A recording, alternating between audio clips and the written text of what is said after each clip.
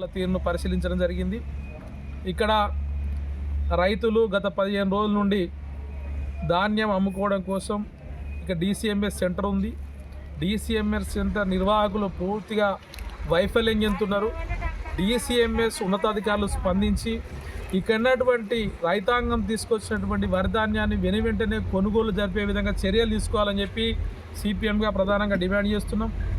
అట్లాగే రాష్ట్రంలో ఉన్నటువంటి మంత్రులు ఒకవైపు వర్షాల వల్ల మొన్న మొంతా తుఫాను మూలంగా రైతులు అనేక అగచాట్లకు గురైన కళ్ళ ముందే ధాన్యం కొట్టుకుపోయేటువంటి పరిస్థితిలో కూడా కన్నీటి పర్యంతమైనటువంటి రైతుల దీనగాథలు చూసినటువంటి పరిస్థితిలో ఈ రాష్ట్ర కేంద్ర ప్రభుత్వాలు రైతాంగాన్ని పట్టించుకోవడం లేదనేది సుస్పష్టమైంది. పండించినటువంటి ధాన్యాన్ని అమ్ముకోవడం కోసం అనేక అగచాట్లు పడుతున్నటువంటి పరిస్థితి కనిపిస్తూ ఉంది.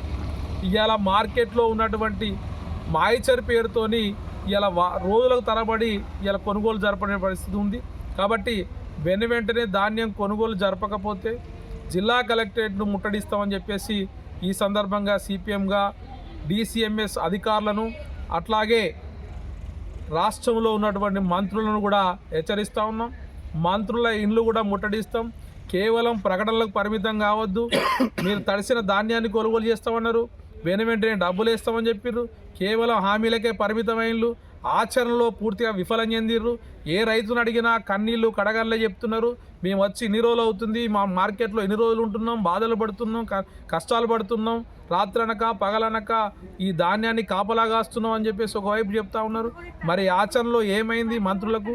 ఇలా అందుకోసం అని చెప్పేసి ప్రభుత్వం వేగంగా స్పందించాలని చెప్పేసి మేము కోరుతున్నాం. అట్లాగే గతంలో కొనుగోలు చేసినటువంటి రబీ సీజన్లో కొనుగోలు చేసినటువంటి సన్నవడ్లకు ఇప్పటివరకు బోనస్ ఇవ్వలేదు. అంటే మరి ఇప్పుడు బోనసు అంతకు ముందున్నటువంటి బోనస్ వెంటనే రైతుల అకౌంట్లో వేయాలని చెప్పేసి CPMగా డిమాండ్ చేస్తున్నాం. నిల్కూరి వాసుదేవరెడ్డి, CPM పార్టీ జిల్లా కార్యదర్శి.